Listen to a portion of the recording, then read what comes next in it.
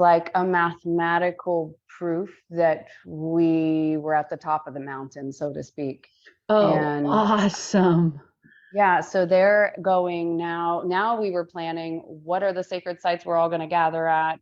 How are we going to project the circumpolar rainbow bridge around the earth that would be visible for all beings to see, which would be the sign to say we are activating peace on earth and it's safe for the star beings to return. And they're actually working with the original Maori tribes and original tribes of New Zealand, which is where kind of things started, somehow connected to Canada too.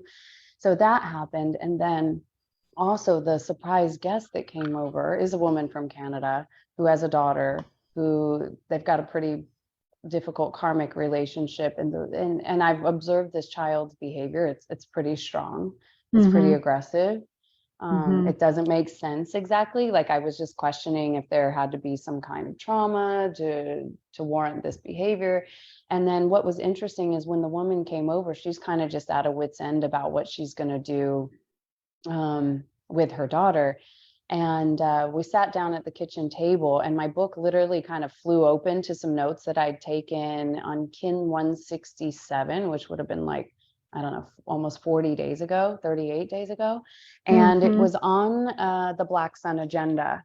And Oh, wow. it was on the Yes. Montauk Project, the infiltration of pregnant human mothers that were occurred through abductions, the Zeta Draconians. She'd never heard of this type of shit before. The Right. manipulation of the Right. DNA signals, the bioneurological. So I had already been shown visions. I was going to invite this child over. She's some kind of crystal sound technology with her. Now I know why. So I feel like they're representing a mother-daughter interference patterns, healing of the wound of the mother and the daughter. Yeah. It Yeah. was pretty big. And I always feel like I'm located at the galactic 0 point. So anything that happens here is radiating out to the earth plane, and something connected with the 5G, of course. But the people don't understand that yet, how that's working. And anyway, so those were the things that were unfolding right before we're right here, right now. And it's all connected. Wow. Well, yeah, because the mother-daughter lineage is the healing of the solar Christ feminine, connecting with Andromeda, connecting with that, because the solar Christ feminine, right, coming into a very damaged first, second, and third dimensional Earth was completely massacred, forgotten, thrown out of consciousness. And so as the solar Christ feminine comes into those deep portals of our first, second, and third dimensional Earth, our soil of our Earth becomes habitable by the diamond sun body. So Mm-hmm. it's all about restoring the mother, daughter, father, daughter, you could say too, the daughter, right? That solar daughter that's been like Persephone in the underworld. Only it's been an eternal winter, It's not been Mm-hmm. like you get to emerge for spring. It's been an eternal winter, for many thousands and thousands of years, especially the last 13,000 years, I've told, has been the massive suppression. But as we're coming back, and we can talk about the Blue Rainbow Bridge coming back on Father's Day, June 18th, right? Just in time for the solstice, which carries the instruction sets for the diamond sun body, right? This is the Yeah. last time we had this on Earth was Padmasambhava, Mount Kailash. This is the rainbow body, right? But it's not just coming for saints and Tibetan Buddhists that meditate in the jungle for 100 years. It's coming for the whole human race Mm-hmm. and the ascending humanity, right? So, This is yeah. also about the writing out of the mother in the script. Like, yeah, I've been watching a lot of Disney movies and they're all Oh, missing the God. mother or they They're have a all dark mother. missing. Yep. Yeah. And I was watching, Aladdin was the last show that I watched the other night, and it was the mother didn't even exist. Like, they didn't even talk about why she was gone or where she was or anything like that. But in order to enter the special cave with all the golden jewels, they would only the person that was the diamond in the rough could enter into the cave. And Interesting. in that particular case, it was Aladdin who had a pure heart. He had no money, he had no possessions, and he stole the bread. And then he saw two children, peasants that didn't have food, and he gave it to the children instead of taking it for himself. And It was the true service to all, the pure heart that can enter into this cave of gold. Mm-hmm. It's so beautiful. Yeah. It's how has this big full blue moon in Pisces been treating you? Good. Well, and that's the other thing we need to talk about, right? We need to talk about this is the gateway that we can leap from the 12 to the 13. Hmm. And because the truth is, the moon isn't in Pisces. And Mm. that's the moon is not in Pisces. It is to me. I'm living in the 12 world and the 13 world, but the 12 is the father, the 13 the mother, something like that. And so just like in the Mayan studies, we've got to go to the 13 cycle. This is the final breakout, I think, that you and I are activating here, is to talk about it's been 441 years since we've all been collectively agreeing upon and operating with this 12-month Gregorian calendar that a pope Right. created. Right. And so the return of the feminine means breaking out of that inorganic time cycle and the 12-month karmic astrology, where we're actually moving beyond the karma into the dharma, into the full service role, where we leave the suffering behind so that we can actually build and create the new civilization. And so I don't know where the moon was last night exactly, but I'm sure I could find it if I looked up a sidereal chart. But it feels like I've been straddling the 12 and the 13 and kind of like, okay, it's time to graduate. So actually, we could talk about this in the gene keys. I'm always looking for the puncture wound of the Chiron wound and the ascendant, and how we break out of that so we can move more into our Dharma role, our planetary service role, where we've gone beyond everything that's ever happened to us into how we start to work together to create the new civilization. Because to me, that's been a part of the dark agenda too, that we've been replaying out this karmic wheel for so long and suffering for so long. It's like, hey, let's get the fuck out of here. Yeah. I mean, to me, there's a lot of, so we have to rehabilitate the first, second, and third dimensional layers, right? Because they've been so badly damaged.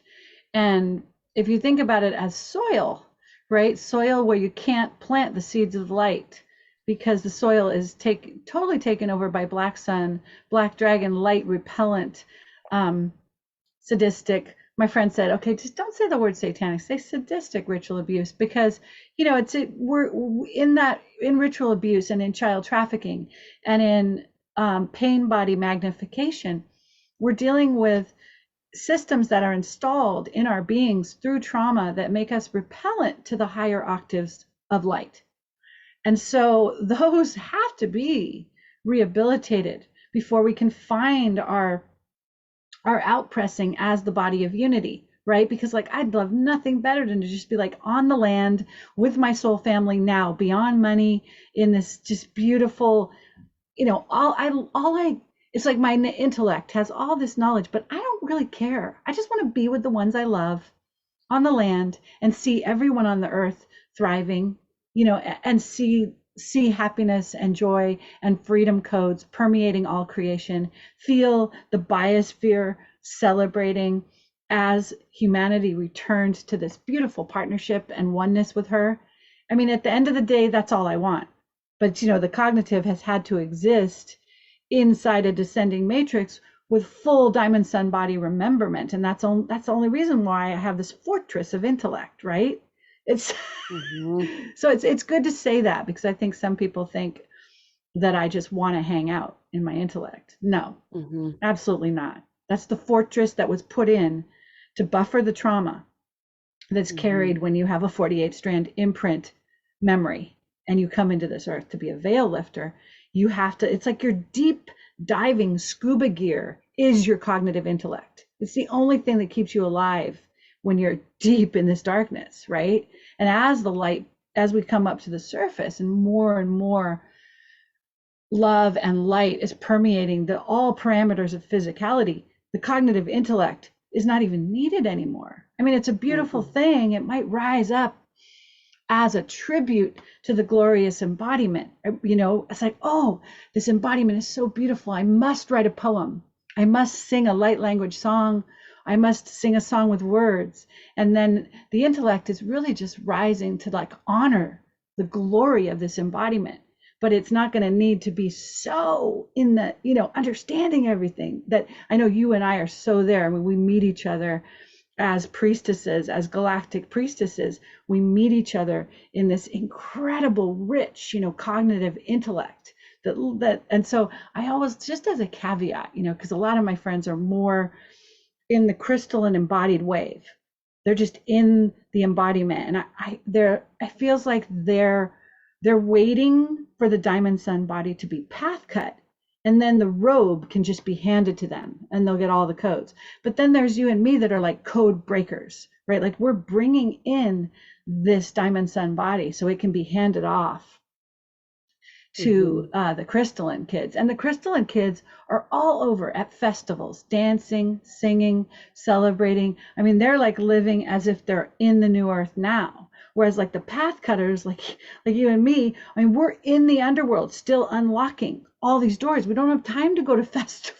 It's like, no, I mean, we're like I'm like on duty in the underworld, unlocking all these passages of the Saturn moon matrix, of the red trident, of all these behind the scenes veils that are existing. And my crystalline friends are out partying at every festival. I get really jealous. I'm just like, why not me? Why not me?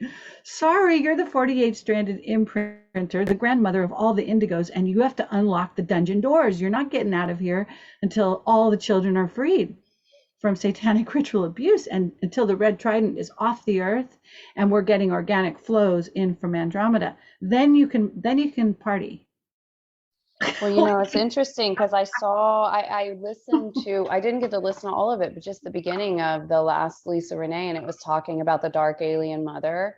And I was thinking about and feeling like that was being completely removed. And I do feel like that's been done. And honestly, I can't, I have compassion and understanding, but in a way I also can't understand the suffering, because I feel like I've been on heaven on earth since I got here, even through the suffering of divorcing my husband, losing my children, uh, whatever else I've been kind of going through. It doesn't feel like suffering at all. And since I had my near-death experience, when I kind of woke up to all of this a little bit more, I Yep. was like, I couldn't understand why the suffering is still here, in fact. Yeah. Like, See, yeah, I look at you, Alicia, and your diamond code has already come in. I mean, you're already there. You know what I mean? It's like you and I are definitely different because you're carrying the energy signature of ascended earth, which brings you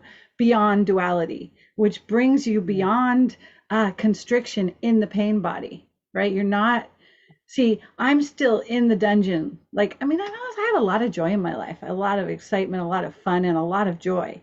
But my full-time job is still unplugging the pain body and unplugging still myself from the pain body. Actually, so at the equinox, something huge happened with the satanic matrix. It lost so much power. And that was 420, right? Was that April in Aries? Was it that was March 25th, the March night of 25th? March 20, might have been March 26th. It was that night. We were flying on the wings of the momentum of the equinox, right? Because the equinox was like the 21st or 22nd.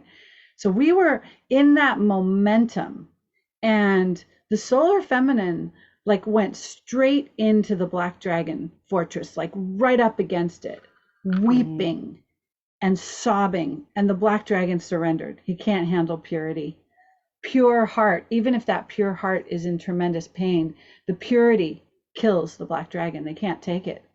And I came to the black dragon with so much purity in the weeping that I literally saw, like, this is the head of the fortress. Maybe this is the part that my particular soul works with, or maybe this is the collective fortress of black dragon takeover of the earth. It was huge. But he came and he said, all right already. And he just got down on his hands and knees and surrendered. And so for me, that was when the a real grip of the pain body let go at that moment. And then Jason Estes on May 13th said the satanic matrix loses all power. on May 13th.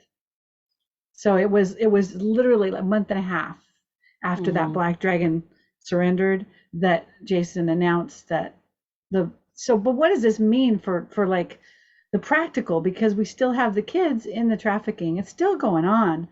I feel Hmm. like it's in the process of ending on the physical, Hmm. right? But yeah, no, I mean, I see you as ahead of me in a lot of ways. But it's my job. I mean, I'm in here with the site. It's almost like I'm in here with well, more like a bodhisattva, right? Like I'm in here with the entrenched satanic matrix, and it's entrenched still in my life.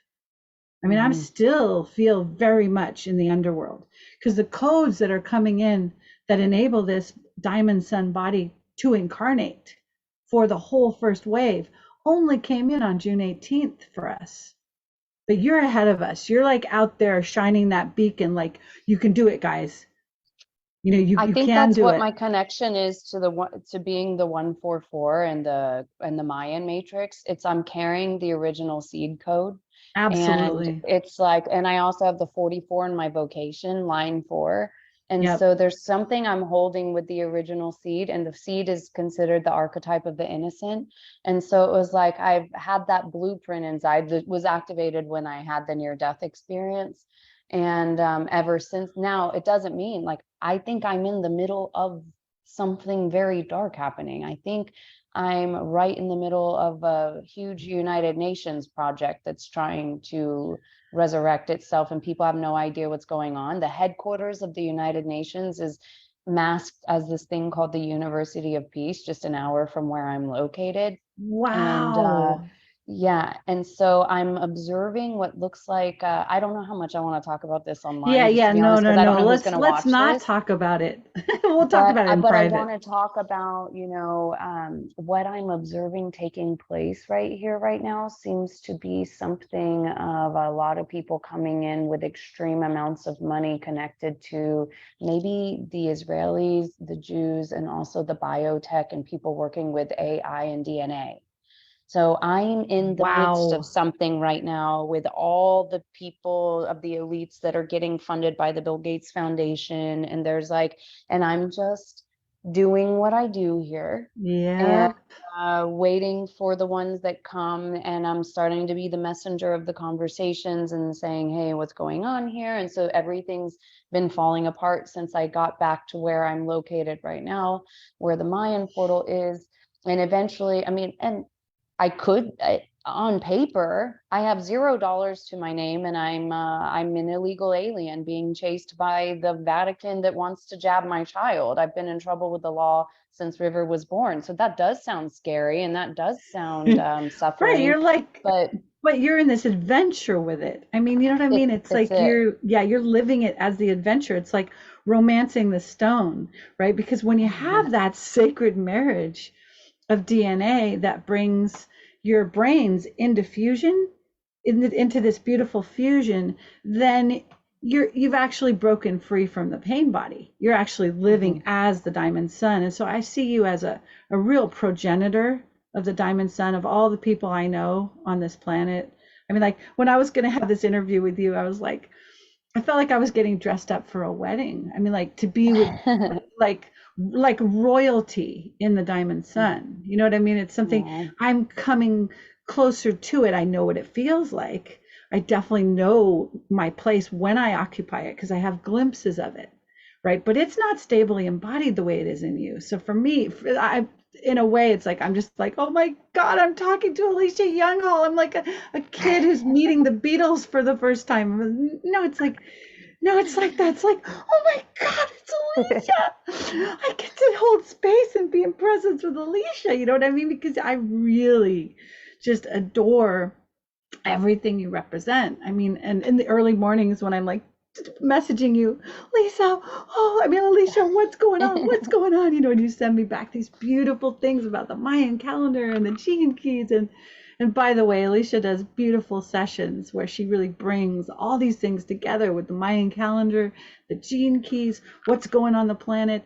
I do sessions like this too, but I want to give a shout out to you because I just love it. I love those things you send me, and I'm just like, oh yes, I'm with my sister, and I feel like I'm right there in the jungle. You know, when you're going through your adventure, I feel like I'm like part of me is like just like a fly on the wall, you know, or like a little bird flying next to you, just going, oh my God, she's gonna make it through this, and but it makes sense, right? Because you're holding that beautiful architecture of those freedom codes, that you're in a space where the real alchemy of the dense duality of the final conflict is right there where you are, and you're dealing it, you know, with your baby, with your child, and the Catholic Church that represents the stronghold storefront for the, you know, for the worst matrix on the planet. I mean, not that everyone who's Catholic is bad. No way, I'm not saying that. But I'm saying that it's a storefront for some pretty gnarly shenanigans. And so it does make sense that there you are in the grip of that, and you're holding your diamond sun, just like in alchemy.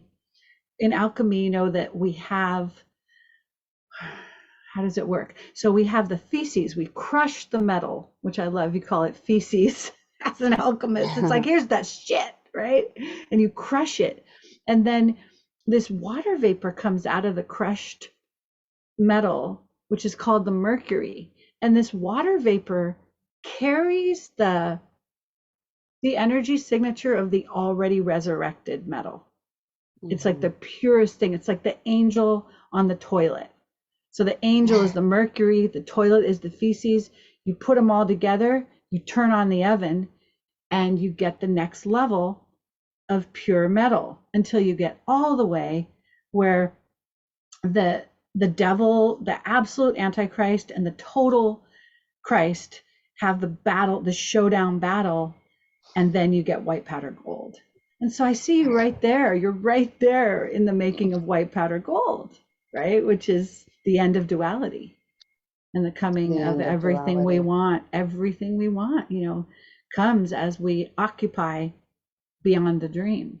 I mean, it's like if we get a critical mass of us occupying beyond the dream, which to me is the diamond sun body. It's what takes us beyond identification with duality. And if we get a critical mass of us there, the whole earth will just start outpressing as unity consciousness. And it'll just be like, whoa, you know, the symphony, the players in the great symphony orchestra will come online, and we'll know where we're supposed to be, where our land-based communities are, where our greatest passion and joy intersects, contributing to the ascending body of the mother. And it'll just be a no-brainer. I'm like, I'm going to Costa Rica to hang out with Alisha, you know, and then, oh, I'm going to Europe to be in Portugal with that community. And there'll be this knowing of like what, and I think certain soul groups are holding down certain parts of the new earth. So, I mean, I've been told mine is Pacific Northwest, Kauai. I'm an ancient Kauaian, so that 12th Stargate, my whole core soul group is an ambassador of that ancient Kauai. So I'm a Kauai, I'm here, and I'm Grass Valley, California. And then my angel said, you know, definitely go visit, you know, Alisha in Costa Rica because you guys are best buddies, you know, go there whenever, you know, you want. But, you know, we get our heart quarters where we're, because you're holding it down over there. You know, you were sent over there to hold this down and to go through this. And I don't know where you are in Costa Rica, you know, must be just a very powerful vortex for the whole earth. Do you know about? I'd say it's the rather new land. I don't think it was always, I can find old maps where there wasn't exactly a bridge between North and South America. So you could say as waters kind of retreated, the land came up. It feels newer, and it looks a lot like behind your picture there, which there's not a lot of land that looks like that anymore, you know, and I feel like I'm observing a colony. Like I was just told someone had sold a plot of land here, and the woman came and just cut all the trees and like took all the nature out. And I was like, we don't have much of this left. As our plasma body expands, our bodies demand nature and green, and that's a reflection of the plasma. So I feel like I'm at what I keep hearing is I'm in the center of the center and the galactic center in the Hunabku, and it's the bridge between the north and the south. And it seems like if we were to kind of make it into a pyramid, it'd be at the top of the pyramid. Hmm. And I know and I understand, or at least I've taken on the role and I play the game with my cosmic love, Eduardo, and with River, that the majority of our time is it's spent in the river, in the crystalline waters, singing and dancing and being in presence with each other. It's, you know, Eduardo hasn't had a phone in 3 years, and eventually it was like after about a year of him not having a phone, I was like, I could be making love with my man or scrolling on Facebook. Like, what am I doing here? And I didn't have a phone for a year and a half. I don't have a bank account. I don't have a cell phone. My friend just forced me to have a cell phone. When I got back from Austin, she was like, look, you might not ever use it, but I'm giving it to you. I already loaded it with all yours. I made a YouTube for you, made an email for you. Here, just have this thing. And I'm like, ah, shit. Okay. So I'm kind of, it's like I had to disappear and now I'm coming back around because it's time for us to start talking a little more, you know? Yeah. And I've already watched many of the light workers, especially that I've met through being on with Todd, Medina and Sology, that we've connected, that have come from all over the world and have come here, and we've met and communed. And then now we've been kind of sending out the crystals of this holy river, Machuca, that I like to call it, and spreading them all over the earth. And I feel like there might be more Machuca crystals mixed in with all the other crystals in the world than any other river, just because we've been intentionally doing that as a hub, as a center point with everybody that ends up coming here. And it seems like we've just been attracting a lot of the crystal beings and the crystals, and then we just keep giving them away. Like we have nothing. In fact, we own nothing, and it just keeps coming in. Whatever comes in, we just keep giving away. And we've been kind of playing with the reality in that way for a long period of time. But, you know, when I came here 5 years ago, I was still rather human. I was married with my 3 children, and I thought I was just coming to live in Costa Rica. And that's when all the cosmic shit started happening.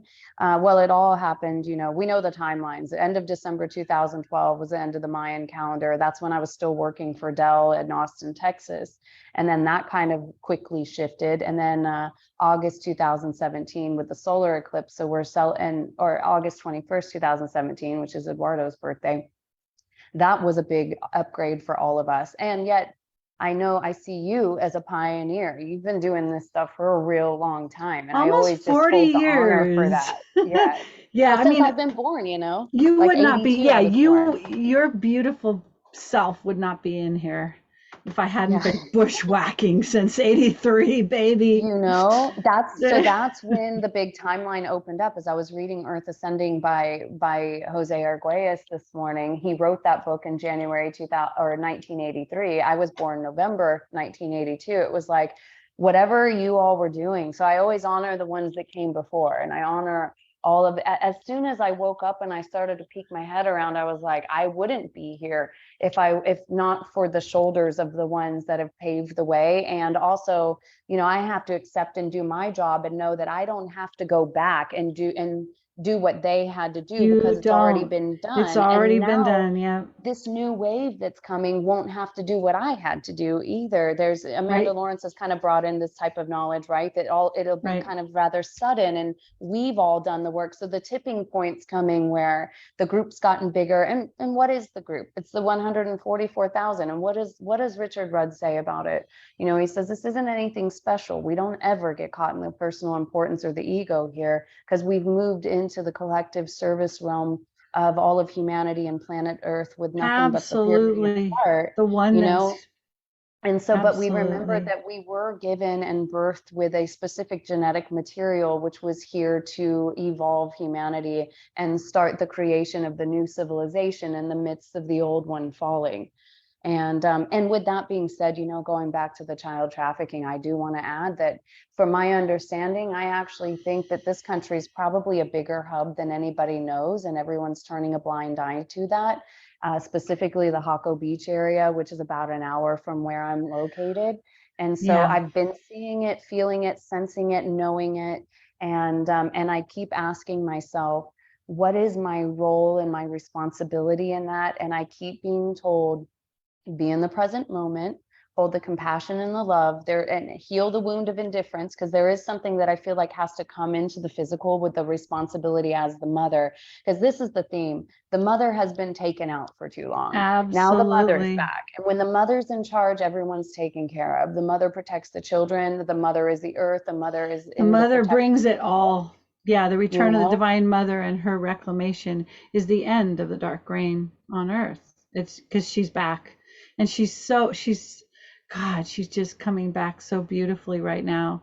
And I mean, like, I think that, there are headquarters for, if we think of this as kind of like, a virus, the red trident matrix, which Lisa is just revealing now, which is kind of the whole grip that started siphoning. And what's amazing to me is, like, I always thought, oh, beyond the third dimension, it's all just love and light.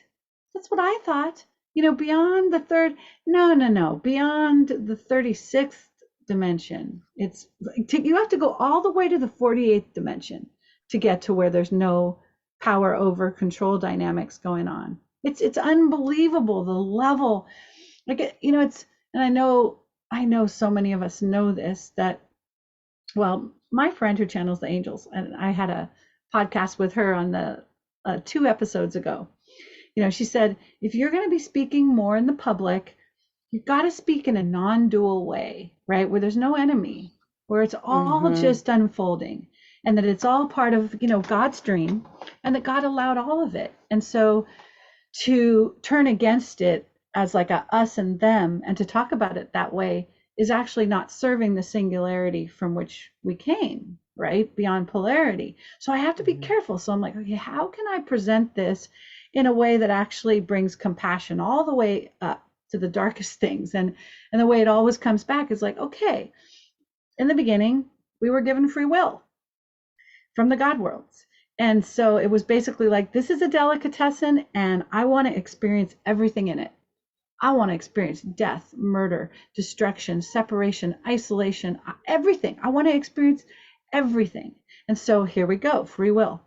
And then, so there were those, and I know I've had lifetimes where I've been part of these contingencies, I'm sure, but there were those who really lost connection to the heart. And we look at, remember the last Mimsy movie? Did you see the last Mimsy? Mm-mm. Oh, honey, run, do not walk. Get that movie, watch that movie. It's because it I've never heard of literally, it, Mimsy. yeah, Mimzy, I think. Yeah, the last Okay. Mimsy. And it was written for children. Like, this is a children's movie. It's actually the history of one of our timelines. I mean, it's amazing. I watched that movie and I had to go into the bathroom because the cellular repair inside of my masseters on the DNA rewrite was so intense that it was like knives were going in. So it was like I had full cellular repair of all these different timelines while I'm watching this movie. I saw it 22 times. I know almost every word in the whole movie. If it plays, I'm like, oh, I start reciting the script. I shared it with tons of schools and lots of children. But anyway, so this movie, is about how the human race, or the race, yeah, on Earth in the future, they had lost their connection to the heart. And so when you lose your connection to the heart and you increase your connection to technology, horrible things happen, because you have this power and this genius to control everything. And what you want is more immortality, because you don't want to die. No one wants to be turned back into like stardust, dust. And these guys don't believe in incarnation or eternal light. They believe that if they die, they die. So they have to find a way to become immortal. And so to do that, they have to harness the immortal genetics of the diamond sun body, which is harvested in the most innocent children. That's where the pineal gland carries the immortal code. So it makes perfect sense. I mean, it's where they get their immortality juice. So if we see it in a non-dual way, it's just beings who lost their connection to life trying to stay alive. And the thing is, we've told them, and we've said, you will be rehabilitated. Nobody gets left behind here. No matter how broken you are, we might have to discontinue the genome that you're carrying, but you as a piece of life will go on. It may be a long process to build yourself back up. And it's like, we've gone in there and offered them these rehabilitation programs, and they don't want it. They do not. Most of them are just like, no, we're going to go until they don't believe in redemption. They don't believe that they are loved.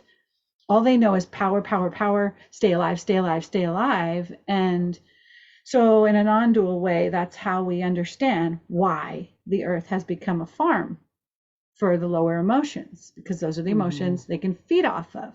So with compassion, we understand, okay, sorry guys, you're losing your gasoline. The earth is ascending. And we're, wow, everyone in the end will be reunited with the light. And you can take the shorter way home, or you can take the longer way home. And it looks like you're taking the longer way, because you're still creating this Antichrist until the very end. You're not choosing rehabilitation. So that's the hard part to watch, is that there's the, it's like you're driving, you see a species that's driving its car headlong into a brick wall, and you're offering them rehabilitation, and they're not taking it, and you can't really help them, and they're creating massive suffering as they go out. So it's it's hard to stomach it all. It's hard to take it into the unity heart and just be like, oh my God, okay, God allowed this. Like my angel said, if it's good enough for God, it's good enough for you. And I'm like, that's a big statement. I mean, that's basically like, just somewhere in your being, you have a neutrality that holds all of this as perfect. And you need to find it, because that's who you are. As we return to God, that's who we are. Everything is perfect. And yet down here on the ground, we know that we want to reclaim freedom and the end of suffering for all humans. That's absolutely what we want to do in the game. But at the level beyond the dream, we have to see everything as perfect. So it's just, this is the 28. Yeah, this is my culture. It's embracing the dark side. It's the shadow of the purposelessness to the immortal, to the immortality. And in order for that to fully form too, we've got to work with the 60, which is breaking from the binary. The limitation, divine justice. So we have to break the laws of time and space. And that's where we start to understand that there's no linear time here. Because if we get too caught in linear time, we can possibly imagine that this is going to take a long time to flip. But we know that the 37 talks about the real pole flip, which is the fall of the patriarchy. It's the ultimate principle of the masculine now serving the feminine principle. And it's the fall of all the false structures. And so this happens very fast. And what I'm sensing here is that everybody has an opportunity to repent. And repent could be, if we want to bring it into a Christian biblical sense, but I won't stay there too long. But I do want to touch on Revelations and the 7 sacred seals and the 144,000. But to me, the repent is about returning to the fifth element, returning to the ether, returning to the light body. And so there is a responsibility here to understand how the lower astral body works, and the ability for us to unplug from that lower astral body. And it's as simple as, beyond any stories, we utilize for the alchemy, we utilize whatever emotions we've still got going on within our present reality. We utilize that polarity charge to learn how to become a master of the emotional plane and the emotional field, and no longer be a victim of that, which is gene key 55, which leads to the freedom. And the victimization is about victimization of the emotional state where the emotions have been controlling us. So going back to where I see this suffering going on and bringing this into the 7 sacred seals, because I was thinking, I even asked some people here in Costa Rica, why is this child trafficking stuff existing here? And he goes, well, first and foremost, there are people that don't have so much money here, and this is very true. So it's quite interesting. There's a lot of money coming to the country, but then there's the polarity of that, which is The still have and the the have third world nots, country right? who don't have. And so it's quite interesting. One day me and my friend did an ecstatic dance cacao ceremony in the center of everything in Hako Beach. And I saw a woman, a mother, walking with maybe her 12-year-old daughter with her little backpack purse on, and they had come out Oh, of a car. uh-huh. And then I saw her go into another car. And what I understood, as simple as this could be, somebody that cleans a house here in Costa Rica, there's people with millions of dollars here, but then there's people that are, making about $4 an hour working hard cleaning houses. And Yeah. so you just can't buy much food with that. It's actually more expensive to live here than even America, as far as the buying of things goes. And so when you're in poverty like that, the next thing you know, it's easier to just take your daughter out and do what you need to do to have some meat on the table. Of course, I don't eat meat Right. The anymore, but I'm just using the survival is so example. intense. Yeah, that Yeah. yeah, and keeping that system of poverty in place supports the desperation that keeps the trade in place. And so it's like, yeah, I mean, it's such a catch-22. And That's just one part, right? Because then there's the healing of the sexuality, which brings it to sacred seal number 2. Because see, all the sacred seals have the answers.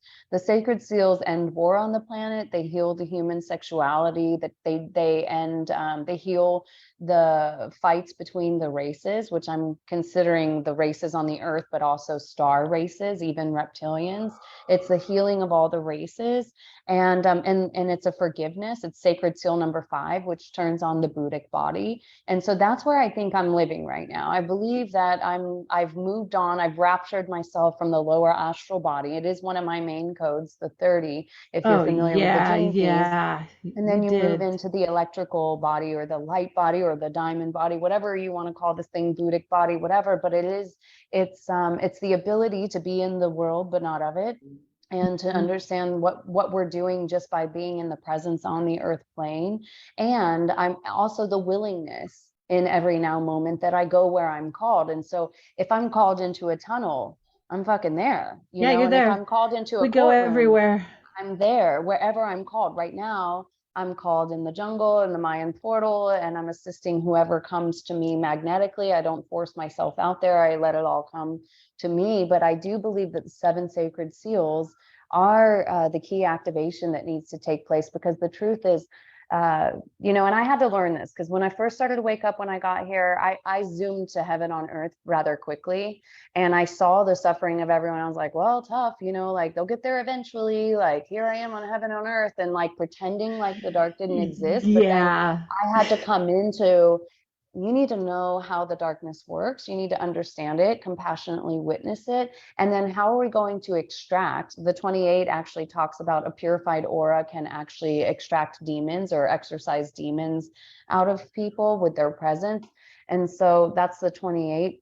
And the 30 is the rapture. But it's about, we need to talk about the sex. We need to talk about what the fuck's going on here. We need to be a little more open. Like almost everyone I've had sessions with told me about sexual trauma that's happened in their life. I do feel like that's where the fracturing Yeah. of the soul is, where the people, even when we know a lot, we can't seem to put it all back together, even though we know the forgiveness and the things like that. And to me, the Buddhic body turning on, it's not just forgiveness, but it's an understanding. It's a cellular understanding in the body of forgiveness. But what I'm feeling is that there's a big secret on the planet right now amongst everybody that we know, that there's been a whole lot more of sexual trauma and incest. And I think for the sake of not wanting to trigger anyone or bring something up, we have to all start openly talking about these things and bring the compassionate witnessing, understanding, and love to these things and why they've happened and why that's even led to child trafficking or anything like that. Like, let's go to the source of the last 4 to 5 generations. And sometimes when I talk about these things, people are like, family sexual trauma or different things like that have actually been happening for years. Like, it's like they're kind of saying it Right. casually, like Right. this It's is no still problem. But I'm like, yeah. so how do we Yeah. talk about these things? How do we be real about these things? And how do we hold the divine mother frequencies for anyone who's gone through those things that need to be returned back to the purity and the love. I'm seeing like the crystalline temple in the sacral.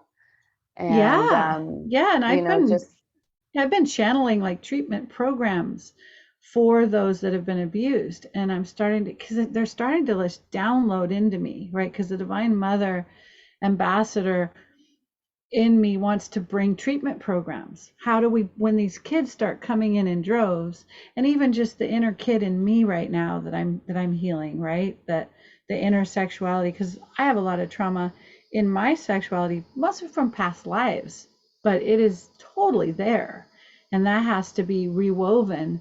And it's the rehabilitation of the first, second, and third chakras, right? And the first chakra is like core fear survival, right? That's first chakra. Second chakra is sexual misery. Third chakra is Armageddon.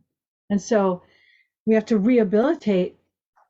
We have to look at what's lost when shame, guilt, and pain are associated with the beauty and the innocence of that sexual chakra, right? So how do we reverse? How do we, it's almost like negatives in God's photo laboratory, right?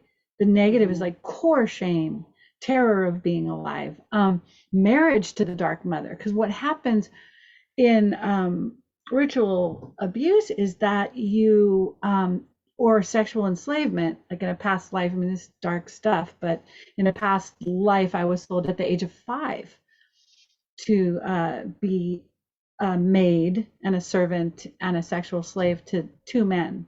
And so we look at, okay, in this enslavement of one's life force and the sacredness of their sexuality, the self-esteem just goes through tremendous degrading, because the sexual energy is like, this is my life, this is my portal of beauty, this is the center of the goddess, this is the womb, this is what makes me me, you know. And here it is being farmed off and enslaved. And so it's where was I going with this? So it's like the return. We have to have treatment programs that help with the return of innocence. We have to have treatment programs that are engendering positive self-esteem. You are loved, you are worthy, you were born worthy. You don't have to produce or enslave yourself to be worthy, right? Which the financial system, all about enslaving ourselves to fit into this place where the money comes. And in the core freedom codes, we just want to be who we are, you know, just be who we are and know that we were born worthy. And so my treatment programs, I'm noticing, are bringing back the indigenous celebration of a child, the way the tribe sings the song, you know, the way the seer who catches the dream of that child coming towards the tribe, coming earthside, even as it's in the mother's womb, is dreaming the song of for that child. And then the whole tribe gathers and sings the song of that child's welcoming to the earth and to the stars. And so there's this incredible conduit between heaven and earth that is coming in a restored way for that child as it enters 3D earth. Well, in our society, you cut off the umbilical cord, you destroy the mother connection coming through the placenta. You've got harsh lights. You got, I mean, in my generation, I mean, it's gotten a lot better with still midwives. Here. Yeah. But we come in here with an imprint of separation, you know, terror, disassociation. Where's the sacred? There's no sacred. You know, you're in a hospital. You got epidural drugs probably in my generation. So you had a cocktail of drugs that threw you out of embodiment and created massive trauma right when the mother was bearing down on you. I mean, it's like, okay, if the negative aliens wanted to design a negative harvesting of a human, the hospital system and the way a baby is born, that child is tagged to be harvested for the rest of its life inside of fear and pain and anxiety and enslavement, right? It's like, so how do we imprint this beautiful indigenous and yet star-filled way of being born into this earth, so that you feel your worth more than your worthiness, you feel your inherent God self, being celebrated, and then you're welcomed into this belongingness of this tribe, and then you have your place. I mean, the women are weaving the baskets and the men are on the hunt and the fire ceremonies at night, but there's no like, what job are you going to do? We're going to get you trained. You're going to have to get straight A's in school, and there's all this competition, and you're going to go to a university to study some course of study that's going to make you able to do something so you can bring this green paper. And it's like, what the is that, right? And how even now with social media, right? It's like, get your click funnel, be a master at this, get booked and paid to speak. It's like all about like production and achievement, but essence, the essence of who you really are in that enriching feminine way of like cultivating and becoming deeper and deeper in wholeness it's not focused on hardly anywhere. It's all about like be an expert, produce, make, get free so you can go on vacation here, do that. It's so hyper masculinized, and it's like, oh my god, I just want to be alive, be with my beloveds. Yes, money needs to come to me, but I don't want to matriculate myself into this cluster, fill in the blank, to do that, right? So how do we, and that's gene key 14 to me, because my pearl is gene key 8, right? And so a big part of my pearl is like freedom out of the box, like exquisiteness that's just completely out of the box. Nobody's got a training program that's going to train this soul to be anything. No, I'm a phoenix, butterfly, dragon, rainbow crystal river that's flowing in dynamic presence through every moment in this life. How are you going to, it's like, how are you going to catch this wave and pin it down? Like in The Sound of Music, they say, how do you solve a problem like Maria? How do you catch a wave and pin it down? And how do you make her stay to listen to all you say? And then it's, how do you catch a wave and pin it down? And it's like, and then it's, how do you hold a moonbeam in your hand, right? You can't really hold it in a structure. It has to be in this dynamic marriage of light and sound, of structure and form that is mutable and moving all the time. Right? So it's gene key 8. And then gene key 14 is the compromised vessel. Like, how do you frickin' translate heaven of your diamond sun body into a very broken genome in the first, second, and third dimension? And so that's what all the treatment programs that are downloading right now are about, healing the first, second, and third layers so that the diamond sun beings can actually get in here, right? And that was a whole mouthful. I just went on. Okay, now your feedback. Well, yes. So this brings me to the translation again of these 7 sacred seals beyond the individual personal codes of our profiles. Although I will say I have the 14 3 times. It is my sun. And the 8 is my breakthrough sphere. It's Taurus 25 degrees, which is also my Chiron moon. So it is about being the voice. It's directly opposite my sun. And it is about us doing the harmony. And my pearl is the 43. Well, the 43 to me is the causal body, the rainbow bridge of the lower and the higher worlds. And so what I've found to be so with the turning on of the higher bodies is that, well, first of all, before we go into these sacred seals, we have to work with the 13 and the 30, and the 30 is the rapture. So, but we're talking about the codon ring of the purification, and actually the shadow of the 30 is desire. And so, and it's not saying that desire is a bad thing. It's just saying to sit with it and observe it and contemplate it. And sometimes we do have to follow our desires.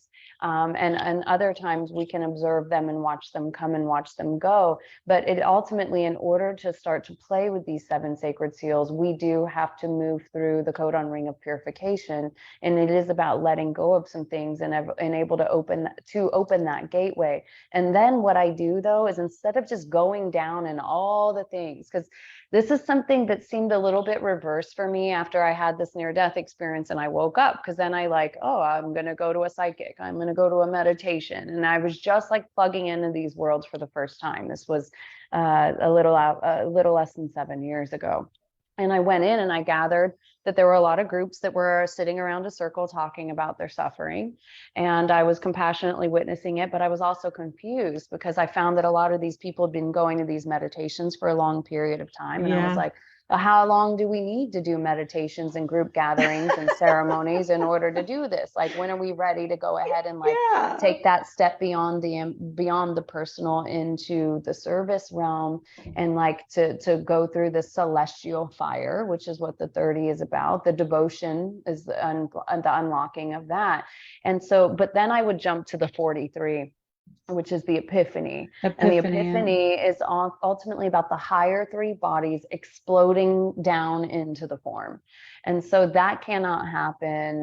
That can only happen to which a degree the heart is open. And so to me, Yep. it's all about going to the heart. Because if I want to work Yep. with quantum mechanics, then instead of just going down into the dirt and just digging through and like healing the inner child, and we can play there for a long period of time, I was like, I want to work without so much gravity involved. Like, let Right. me Let's work do with the good, the vacuums fun here. stuff, Let me get in right? the heart. Let me open that shit so big that it literally like sucks the higher down to the earth and sucks the lower up to the sky, and like merges this thing into one thing. And that's the epiphany. And that is the That's story of the Dream Magi. beautiful. It's like the higher bodies that want to come down into the form, but we've got to clear up those lower astral bodies. And to me, though, the easiest way to do that is the full opening of the heart. And this is also what they talk about in the opening of the third eye. The third eye can only open. Who are we kidding? We could do a million third eye meditations here, but the third eye can only open as fully as the heart can open. And so you'll only be able to translate the reality even from your, what you might call your third eye vision or sight, based on Your the heart. higher or limited perspective of your heart. So if it's still closed, or if it's still in duality, it just can't quite perceive the wholeness and the big picture of everything. And then, we pull it all into what I've really been studying since I got here, and all of this information started to come through. It's the power, it's the mathematics of synchronicity. Oh It's yeah. it is the understanding. What I feel like I was guided into was understanding, if you surrender, if you let it all go, no matter how much it might hurt, no matter how much it might be like hurting other people in your mind, no matter how much it might be breaking old traditions and breaking out of your old individual structure, it's actually what has to happen in order for you to see the science of synchronicity, to trust there actually is a divine plan here. And we are in the 40 in the tropical astrology right now, which is, and the moon was in the 37, which unlocks it. But it is about the calm, relaxed nervous system, allowing the divine will to flow through. And it's a clearing of all tension. And the 40 is Yep. responsible for all illness on the planet. It will eventually heal all disease on the planet. It's responsible for cancer on the planet, the shadow of It's my exhaustion. EQ. It's my It's your EQ. EQ. That's your I Mars. literally live the 40 all the time. And I do So have we're this highlighting your feeling, Mars. I have this feeling that what's coming through is encoded to heal all disease. I always get that, right? Because that's like Yeah. the 40 in the EQ as a 48 stranded imprinter basically covers the healing of all disease. It's the end, because it's the great mother, right? It's the code of the great mother that just absorbs everything. But yeah, the shadow, the exhaustion is unbelievable. You're just like, oh my God. And the overdriving, the overgiving, the difficulty setting boundaries, just, and having to claim back the life and say, wait a minute, my life matters. And then when you do that, you call forth the willingness to reclaim the body, right? And that's where the epiphany happens, because you're like, I'm claiming this circuitry, I'm coming in here. And I just love that 43 has that, bringing all the higher in, because it's exactly right. Like, if your heart is not fully like open, and if your ego is still holding on as the captain of the ship, your heart can't fully open. So I mean, I Mm-hmm. often say that, like, having a path where I've had to let's just put it in, not just for me, but when one has a path where a lot of their agendas for the third dimensional life are completely frustrated over and over and over and over and over and over again, the ego surrender is what enables the higher architecture to really embody. And it's like when you fail at a human level, it feels like you're failing. It just feels like you're failing because every single thing you try fails across the board as far as a career, right? Or a thing that gathers people, in the ways that you would define success. Like every single thing fails across the board. And the ego during all those failures just like it dies. It finally becomes extinct to believing that it has any sense of jurisdiction over the reality at all. It knows that it is Gene Key 21, right? That's my life's work is the 21.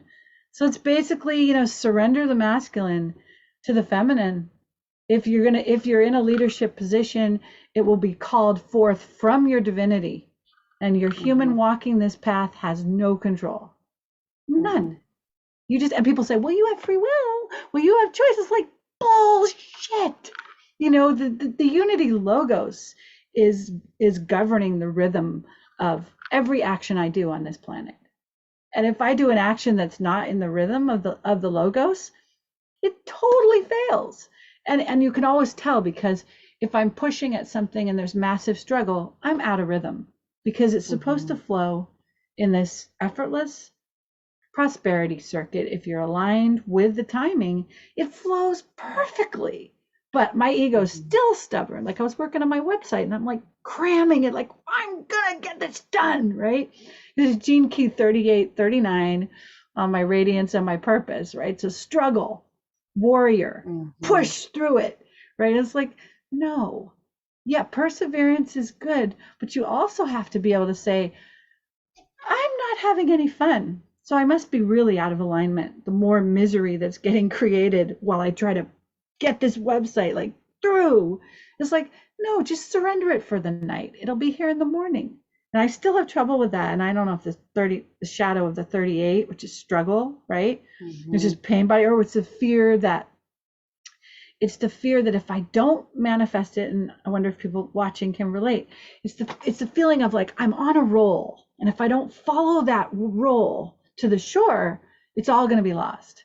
And really, I don't think that's true. I think that's an egoic trying to hold on to control. Because I think if the ego surrendered, you'd wake up the next day and you'd still want to do what you were doing, but you'd come at it from a relaxed state, and if it wasn't ready yet, you'd find support. I don't know. It's a big topic for me. Well, I can share this. I can share what is coming through here, because I'm thinking of the 34 and the shadow of force.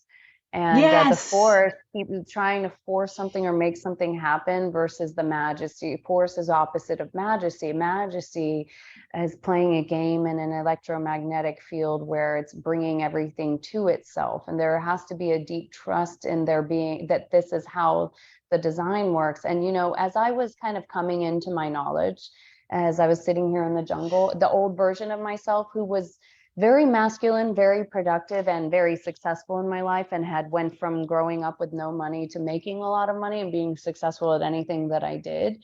But there was something that was coming into me. I would be like, I gotta go make a thing. I gotta go make a business. I gotta go make a website. I gotta go do retreats. And then I have the 52 as one of my North Node signs. And then I would say, hold the restraint.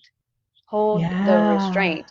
The stress is coming in right now, because my masculine, my old way of I gotta do, produce, make. And then now I didn't even know what a feminine and a masculine was until after my near death. And I started to perceive it that way. And I was like, holy shit, I've been a man my whole life. I've been forcing everything, forcing my way and everything, making shit happen in competition. I want to be at the top. I want to be this.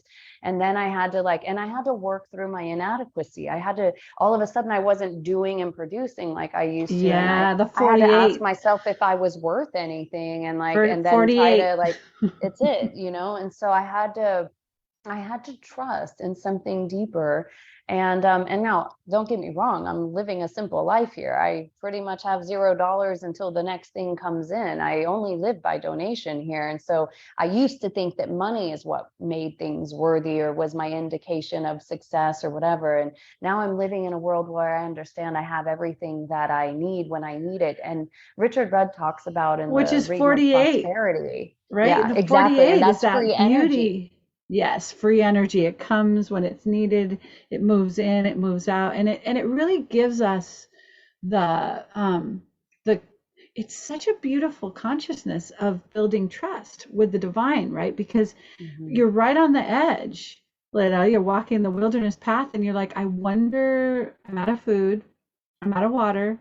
And then boom, there's a stream flowing by.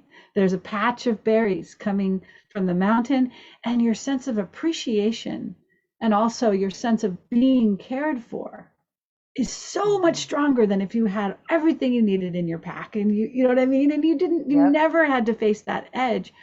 And so I think it's so beautiful to be on that edge. I mean, it's a challenge.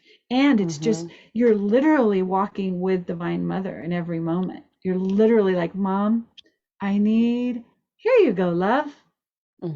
I actually, Mom, and I've got to the point where I'm like, I don't even need anything, but I have learned what it feels like when someone brings me a papaya, and oh, it's like, so wow, I needed beautiful. that. And you know what else it's done for me is it's put me in a position of compassion for the entire human race that maybe Yep, isn't in the same perspective and mindset yep. as me, but is considered. I was laughing with someone today. I was like, on all levels, I would be considered poverty.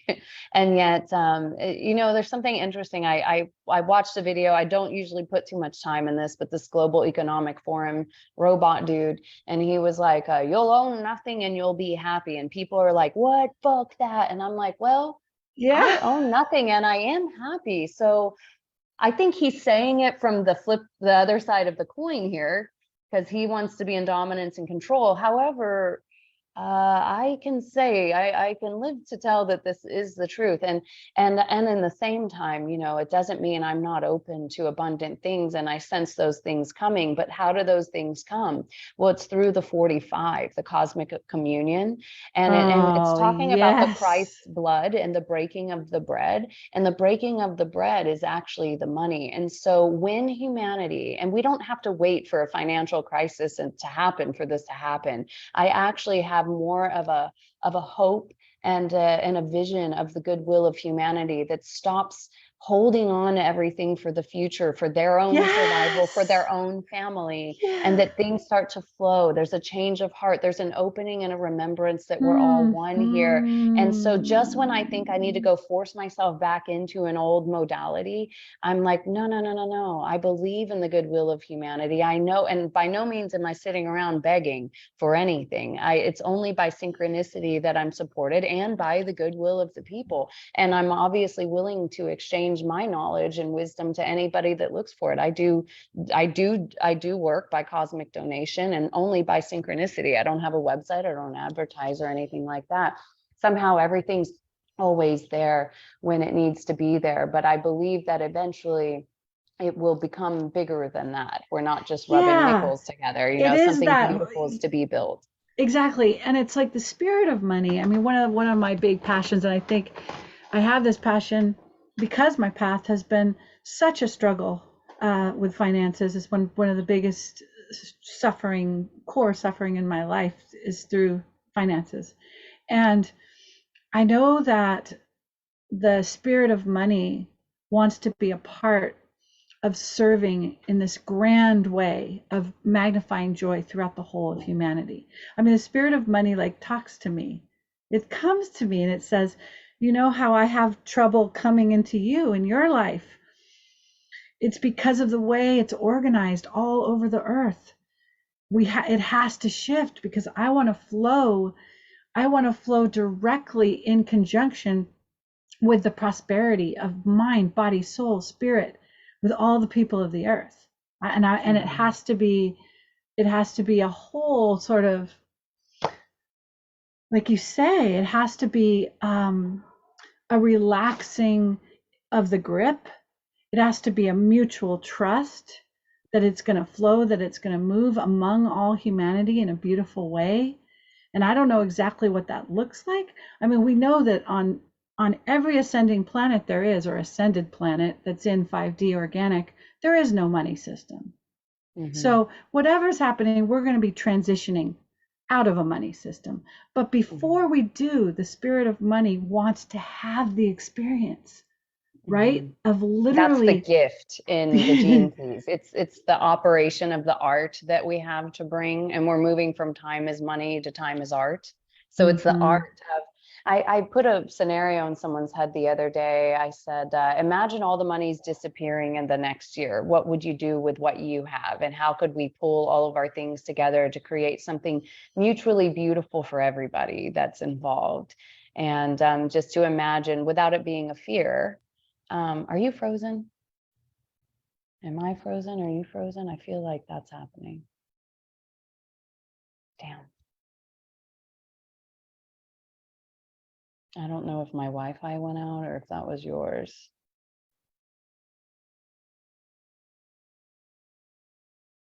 I think mine's working. So because I see you frozen, I'm just kind of pausing right now until I hear you again.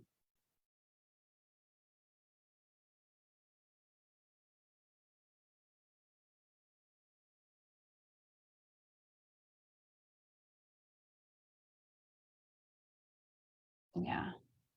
Maybe I'm still live. um, I just don't know if I'm still connected, so I'm just chilling out right now.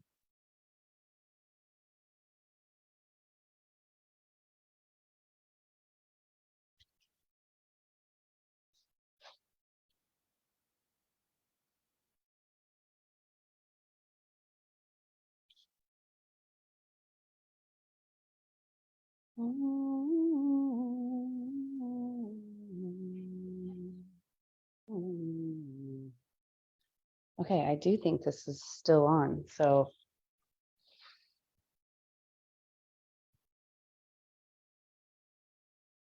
I'm going to sing a song while we're waiting for Sarah to get on. It's called I Was Writing Down Solara, and the song came through Solara. So it's kind of like a mantra. Oh, and I'm going to show you these crystals that I have here. Okay. My mom and dad just delivered these to me from my friend. There's a rose petal on the bottom.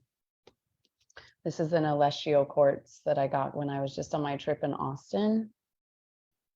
This is a record keeper that came to me from my friend in London. Another crystal here. I've got these little copper tools that were gifted to me from a friend in Texas.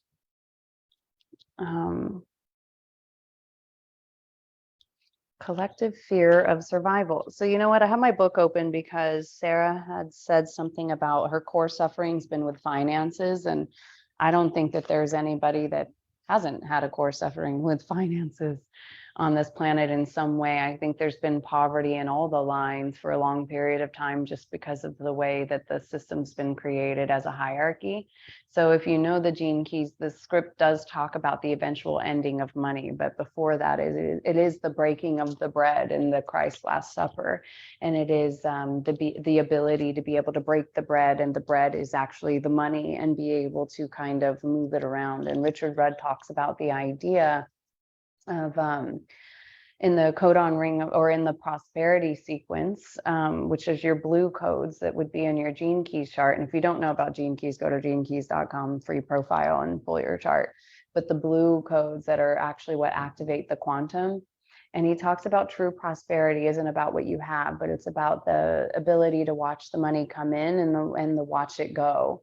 We're not running around working to make it. That's such an old perception of the struggle with money. And actually it's gene key 16 and 45 that connect together. That's about the codon ring of prosperity. It's about activating the planetary abundance. It's the idea of everybody kind of moving things around to support the whole. There she is. And so but I'm opening up the 32. There you are. I think it kept going. So I Yeah, just I made you a host, so I'm totally oh, how glad I was perfect. able to pop in.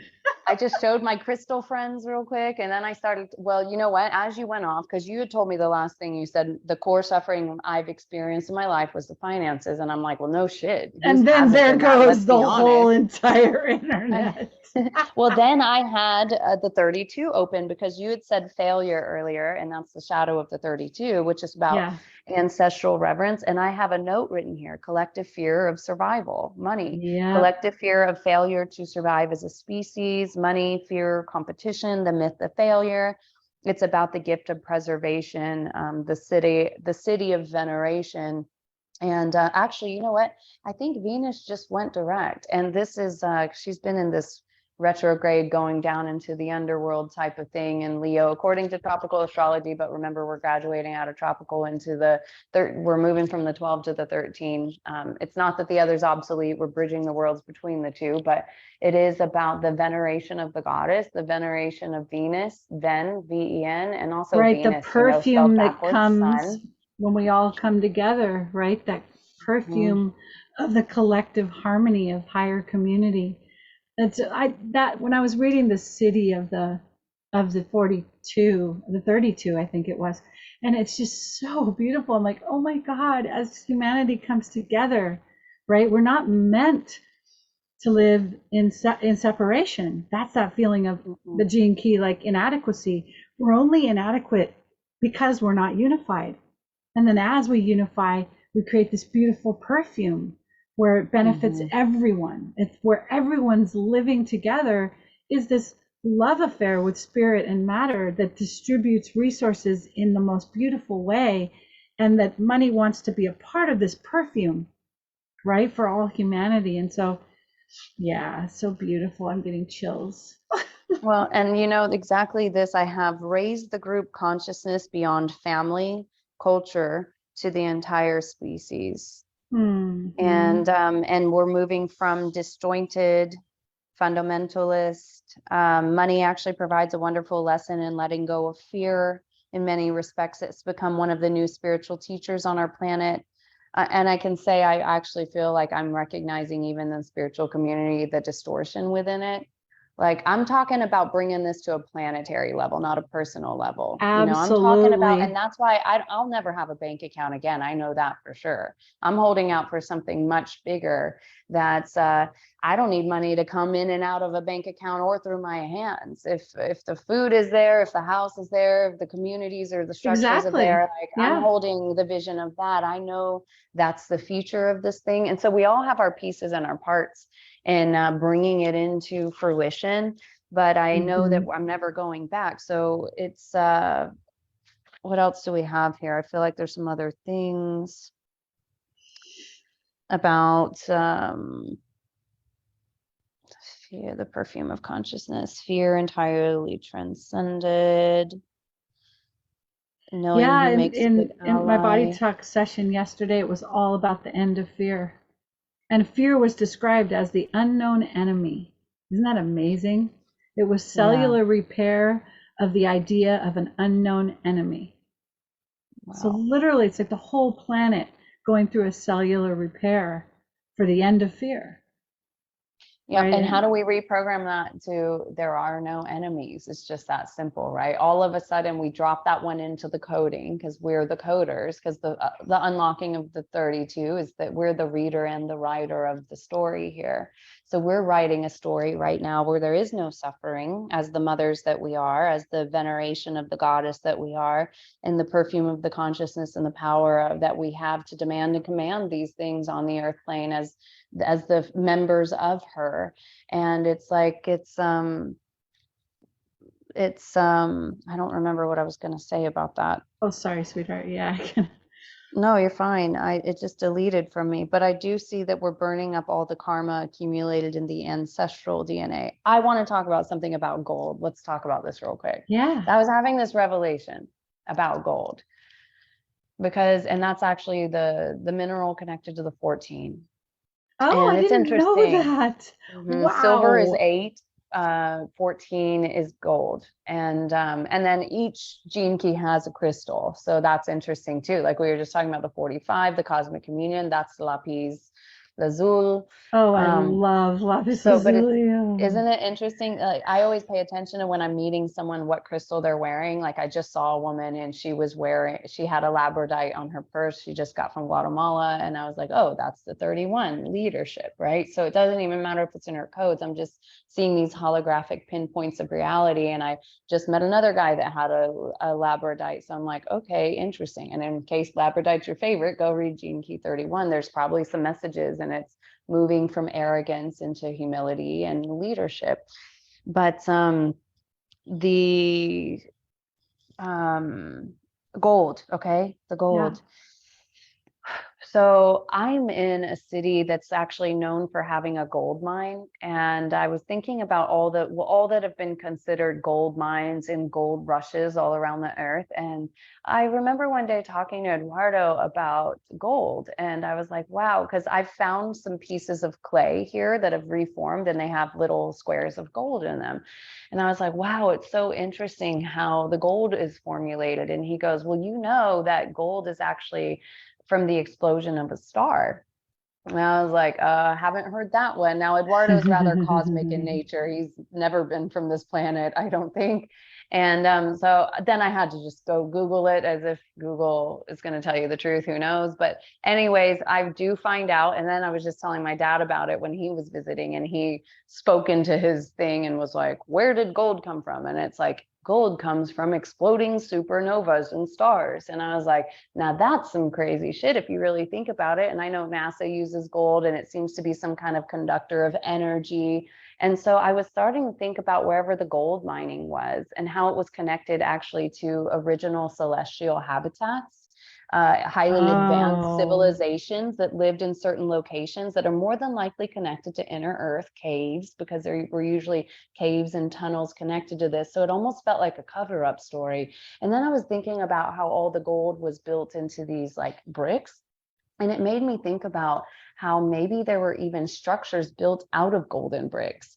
And that somehow, though, bricks were then possessed by whatever has been in charge over the last fucked up centuries or whatever it is, that we think that we're going to hide gold in buildings and that's going to make you rich. And that we've all actually collectively agreed that we would appoint people into positions of power, wealth, and royalty based on the amount of gold they have, when it's honestly dishonestly harvested.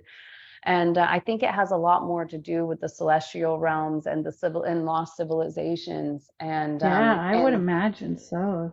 isn't that interesting? And so there's just this funny thing about how somewhere along the way we all agreed that there was a price and that it carried a value of this thing called money, which it's kind of funny. Like, if I went to the store and I had a bar of gold, I couldn't really do much with it. But if I were building a starship, it might be helpful. And that might be a reason why those things would be retained and pulled away from locations and hidden in what do you call those things? Like, I don't know, safes and banks and shit like that. So it's just been something I've been contemplating lately about what gold has really been used for on this planet, and how we're all connected to it, and how it actually is designed to protect from radiation and different things like that. So it just like, it totally changes your mind about everything we've perceived about gold. It's a 45 actually that talks about if you were stranded in the middle of Alaska, your bank account and your gold wouldn't mean anything. You might need food and water to survive, right? So now Yeah, all of a sudden, and I've always had this vision, if everything just wiped out and went to zero, it'd be a pretty funny, interesting thing to happen, because all of a we'd all sudden just we'd have all to be equal, share. We'd all you be know? equal and we'd all have to share resources. Yeah, I mean, my heart is the 26, right? So Uh-huh. 2645 is totally dear to me, that communion. My heart is looking for that communion beyond the surrendered pride of the ego, right? It's like the, what is it? Into the invisibility of the all that is, coming together in this sharing of resources, in this communal, um, the 45 is just like such a beautiful key. I remember when I first read that thing, I was like, oh my God. And then I'm a 2 on my culture, right? So it's all about unity. Like every song that gets created through me is so much about unity. If you look at my songs on my CD, it's like, oh, unity song, mother song, the illusion of separation, in the arms of eternity. I am one with the earth. every single thing, planet of light, every single thing is unity, communion, synergy, synarchy. So before we go off, because I have to go off by 12:30, but I wanted to ask you, so Mm-hmm. when was it that you really like had your near death and everything shifted for you? Because I like to look at that in the context of the galactic history, right? Which I know of. I love to Mm-hmm. like look at it. So when was your That big change? Well, I want to connect this to Wayne Dyer somehow. It's connected to him deep because he was kind of an initiation of a Oh, little awakening for me. And he died on my son's birthday, August 29th. So his death amazing. just passed.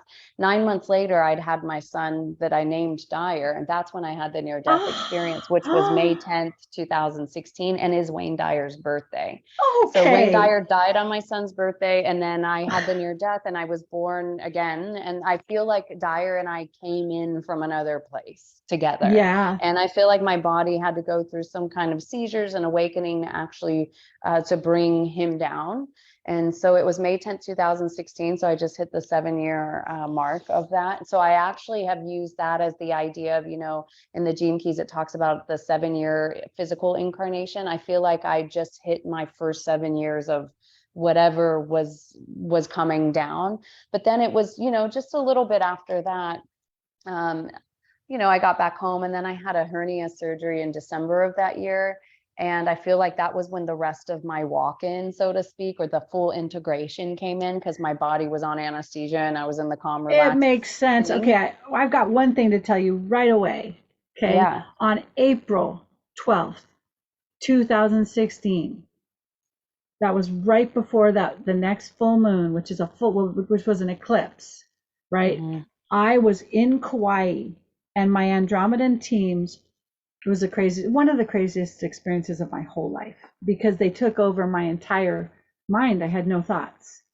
It was just them in there, like a bunch of construction workers, and they're like, cursed communication link here, they're handing things off to each other, and they're like, for 45 minutes, and I'm right at the 12th gate in I had to be at the 12th stargate on the north shore of Kauai.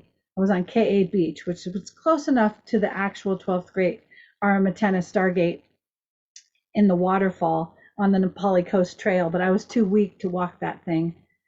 And I just laid down on the sand, and my higher self said, "You're going to be here for the duration. Get used to it. Do you have food? Do you have water?" You know what I mean? They're taking care of my provisions. And then they took over my whole body and started unplugging every cursed communication code in the entire global brain of the earth that could be Mm-hmm. unplugged. And that what I saw was so amazing. I saw the earth body go from the womb of negative alien timeline and be pulled straight in as an embryo of divine mother, and the whole staff position moved. So I know now that changing that staff alignment is what enabled you to bring the code, Mm-hmm. because you brought it That what in makes so much May. sense. Makes so May much 10th. sense. It is so, I'm getting goosebumps because we had No, it. that's It amazing. was massive, and then here you go, your whole diamond sun body comes It in. just came in. So I didn't have the suffering like I Yes. understand. And that's why I want to honor you. I know you've gone Oh, through a hell of a ride, and it was allowing this part to come through. And as much as I'd heard all the other, and I was thinking, do I have to go back and do all that? It was like, no, that's no, not your job. You no. honor what your job is, and you just hold that thing. And so then my job though was to let go of everything. And, it was like the big 4,000 square foot dream house, and growing up poor with no money, and then having, worked for the corporate world and made all this money, and like felt successful in my life and felt love with my husband and my children. And then all of a sudden, when I woke up, I was like, why do I have all these things? What do I need all this shit for? And then it was like to my husband, hey, what do you think about just letting all this stuff go? And slowly but surely, less a year later, June 2018 is when we landed here in Costa Rica. We thought we were just coming for 2 months, but I will say before that, this was a big part leading up to the 2017 solar eclipse. That's what it was. We were traveling. Well, we sold the big house, the dream home, and we bought the small little house, but we were getting it all rebuilt. And so we went on a family trip, the five of us, like a pentagram. And we actually we went to New Jersey, we went to Maryland to the Capitol building, we went to South Carolina, all in this East Coast, New Jersey, and then we went down to Florida, which was where my other base routes were. Probably all of these are connected to certain gates and things, but I was in Naples, Florida on August 21st, 2017, when the eclipse came through. And back Yeah. then, I didn't know anything about anything still. Like it was just Wow. slowly happening. I You're was letting go so of the young. material. But the Yeah. blood, so here's the thing, I hadn't bled in over 2 years because I was pregnant and then I'd had my son and I was nursing him. At the moment of the solar eclipse, I started to bleed. And I was Wow. like, well, I was actually getting ready to do a CrossFit workout at the time. I was lifting heavy weights and all competing and all these things, traveling around, going to all these CrossFit gyms. And so that's the first time I went and I Googled blood connected to period connected to the sun. I could only find it connected to the moon, which I thought was kind of interesting. I couldn't find anything exactly connected to the solar, but I knew that that had to do with my connection of solar consciousness at that Yeah. moment. Yeah.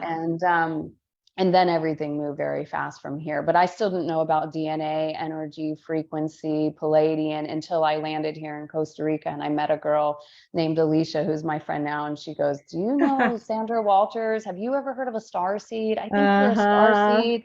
And someone handed me a Palladian book, Bringers of the Dawn. And as soon as I read it, I was like, this shit's true, Yes. Bringers of the and then Dawn here was we one of my are. first books that I read, I was shocked God. that it was like 26 years old or 30 years Right. old. I was like, Right. how in the fuck did she write all this back then? Like, this is so out there. Like Well, at the beginning, I couldn't even share it with anyone because I was like, people will think this is so crazy that yeah. I can't share this with anyone. But deep in my heart, it resonated so deep. And then I started studying astrology and I recognized star seed codes. And I realized that my birthday, November 18th, was directly connected to the Pleiades, middle of May, middle of November, direct Pleiades.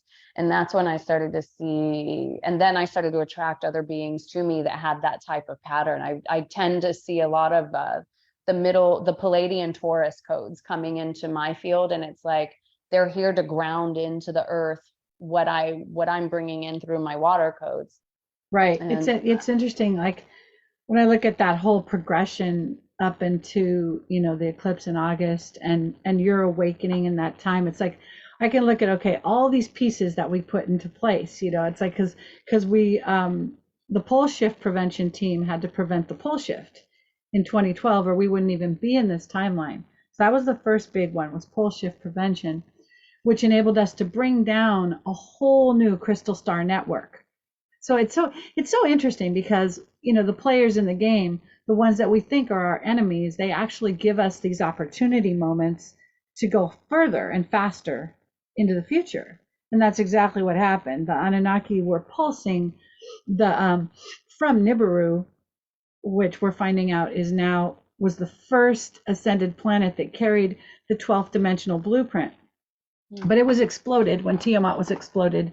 The two of them are consorts, Tiamat and Nibiru. It was a big part of how the Red Trident took over the whole Milky Way galaxy, but that wasn't what I was going to talk about. So anyway, the Anunnaki were pulsing the Jerusalem Stargate, right? And the Jerusalem Stargate almost collapsed. But a group of us were on this team. It was crazy. It was another crazy experience of my life. But 85% of humanity voted love. And so what happened is we had special time travel forces that went to eighth dimensional Earth, believe it or not. We had to go all the way to eighth dimensional future Earth. And then her body, it's like the architecture of her energy overlaid itself over the Earth during the last 30 minutes of the pulse, or we would have collapsed. So it was a huge operation to prevent the pole shift. But when humanity voted 85%, which is pretty high, I mean, it was amazing. And so we were able to bring in the Crystal Star Network through that opportunity portal. And so 2013 began the healing of the Stargate system.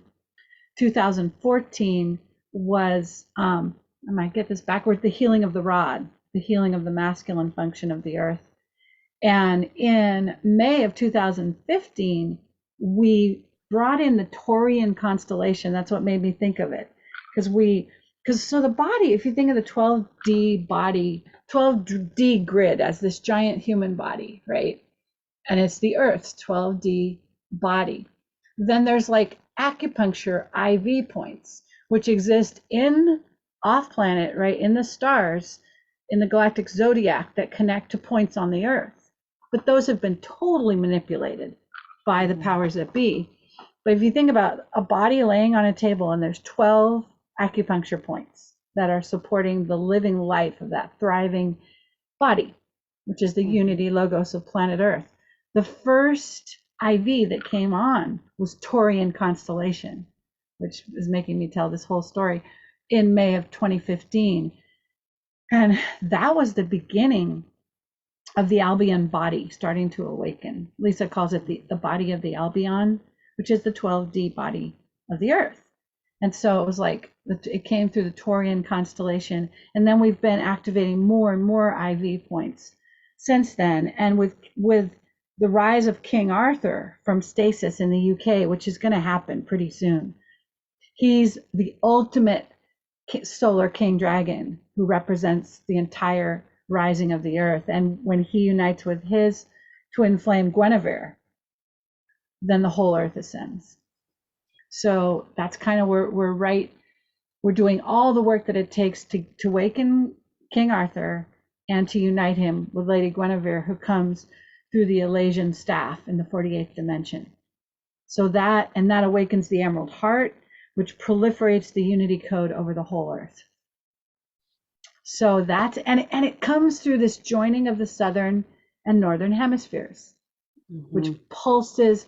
There's been this distortion in the Van Allen belt to block the Emerald Heart from awakening.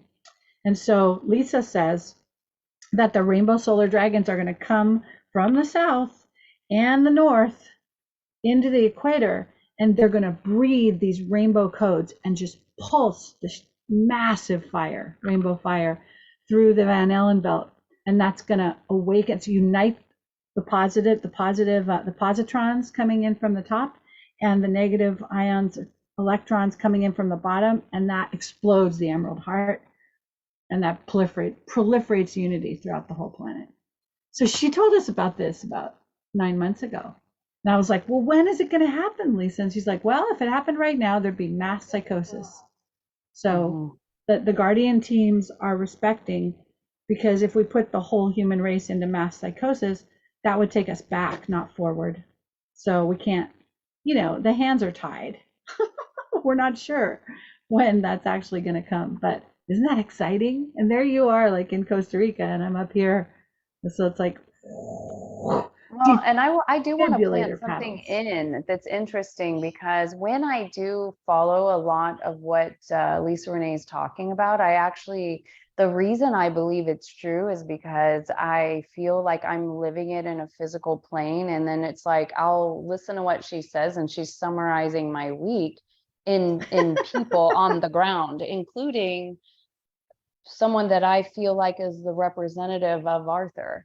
And I kind of am imagining that I also know who the Guinevere is. And so it's just, I can't say this is true or not, but it does feel, and I've always felt like the Emerald Heart was in the center and connected to this river somehow. And so what do I know, right? I'm just playing in my own fantasy dream here, but I've wondered about why every time I hear about it in the UK, and I'm kind of like, okay, what's going on over there? Who do I know over there? What's going on?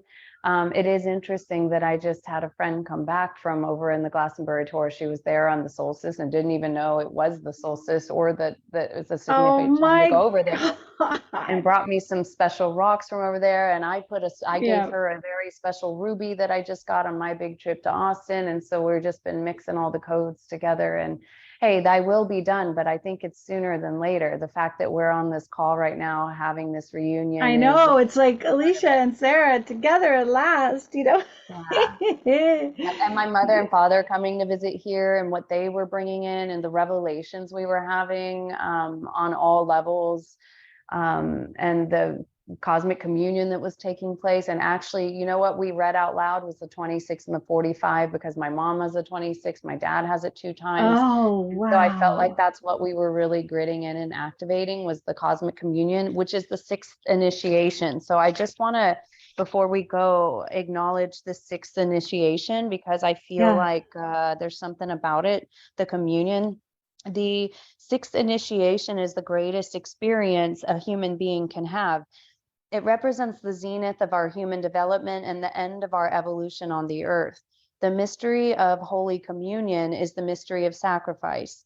This is the full awakening of the Christ consciousness in a human vehicle, which requires the death of that which identifies with the principle of form itself. This stage is often referred to as enlightenment. The light referred to is the pure light of the sixth body, the atmic body, which is born from within the Buddhic body and enlightens the lower three bodies.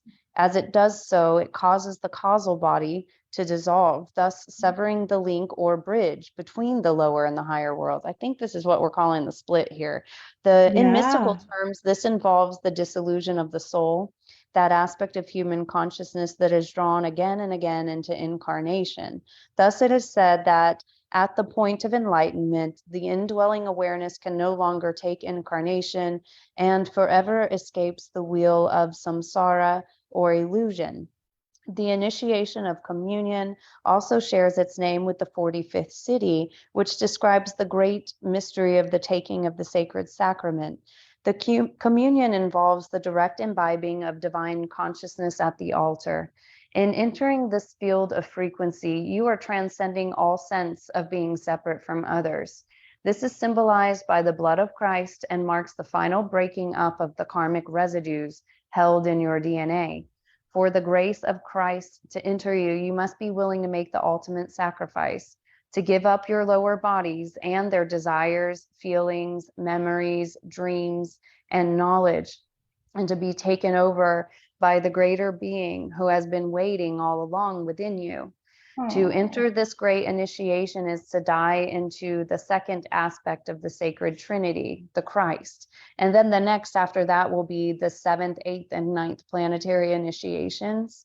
And yeah. so that's going to be the return to Eden and the new heaven and earth. So I feel like we're activating that. And then the other thing that it actually talks about 5 avatars that came to the earth. Oh, damn, this is out. Where does this material come from? Is it Richard Rudd or is Yeah, it? this is the 22nd gene key, Oh, with so that encompasses all beautiful. the 7 sacred seals. So it talks about the Yeah. 9 portals of the planetary initiations. He talks about these being the future teachings of the mystery schools that will take place, about the turning on of the rainbow Buddhic body, the Corpus Christi body. And so I do kind of envision that at some point, I'm not sure who's going to contribute financially, but I do think at some point the goodwill of humanity is going to start to create something like beautiful spaces and charging stations and gathering points where people will come to Yeah. go I'm through these. connecting with this group that is investing in projects like multi-million dollar investing. And, if it's true, we're in the process of like doing the due diligence to find out if it's really true. It'll be the Mhm. end of financial struggle for everyone in my life. I'll be able to share that beneficence and fund projects. And yeah, this guy is connected with Blue Dragon families from Asia, and he's been a financial investor for them. And he has so much money, and he's Christian, and he Mhm. wants to give money to he wants everyone on earth to have a house. He wants Right? everyone to be able to buy a home. And so he's doing this incredible program. I mean, I have to study and find it feels like, too good to be true right now. So I'm Mhm. being really careful with what I say, what I share, but it's looking pretty amazing right now. But the funding of these big projects, needs to happen because and the other thing I want to say before we go, because I have to go pretty soon too, but the I was talking with my angels and they said that you and me would be really good teaching a class on the embodiment of the diamond sun body. And my goal, and I know you're low that, we can't partner it this way, but I did want to say it. My goal is to create an online community for the first embodiers that are really going through, that the gamma rays are coming in, the instruction sets are coming off of the Blue Rainbow Bridge, and they're all going, what the hell, right? They're the first responders to the most radical mutations. And they're going to need a support group, right? They're going to need a place where they can come, where we meet with them probably on the full moon and on the new moon. And we bring some codes, we do some light language, and then we have a group where they're in this online group. And this online group supports both of us financially and also supports, of course, everyone in the community. So I'm about to go on Loren Gailey and create a webinar introducing everyone to this community. And I think I sent you the video, right? Did I send you the video? Maybe. I don't know if I received it, but Anyway, so let that percolate, right? Because I would love to do this in collaboration with you. I would love it. It's like asking someone to marry me online. I'm asking Alisha. But whatever your answer is, it's okay. Well, But no, let's see what happens. And you know what I'm yeah, being shown too, and what I keep hearing is that the DNA needs to get into the portal. And so it's something about creating something where it's funded and that all light beings or light workers could come into, because it's about the waters, it's about stargates, it's about certain locations on the planet that turn everything on and turn the old stuff off. Like I feel like we're working absolutely. with Yep. something here that's on the invisible plane where and so imagine if money isn't an issue at all, that many people could come and that we could support, because God, I've met so many magical beings that have come through here, the most beautiful pure hearts of the musicians and the dancers and the singers, and none of them have money, and they're all very happy. And also I would imagine something like all of them being supported, having a community to stay in, or Frozen at least a again. portal Oh, where good. where My these, internet connection is unstable, honey. So if we go off this time, we'll just stop. But yes, it's yes, just time to go. yes, bringing Yeah. people to come together and do these big grid activations that are, in this lead up to planetary ascension, where we're literally breathing love into the mother's body and Yeah. resuscitating. So I'm totally there with you. I love you so much. Love you. Oh, thanks for being here with me today. Thank you. Thank you for everything. I love you so much. And we'll talk again at the perfectly designed moment. Yeah, and watch that webinar. See if Okay. it I don't know if awakens I some received codes. anything. I'll So send could it you to you. resend it? Okay, I okay. sure will. Yeah, I Thank will. you. All right. Okay, See much you, love to Sarah. everybody. Bye, Bye, sweetheart. everyone. Mwah. Thank Ciao. you. Bow. All right, thanks for joining us today for this live, and we'll be making this into a podcast.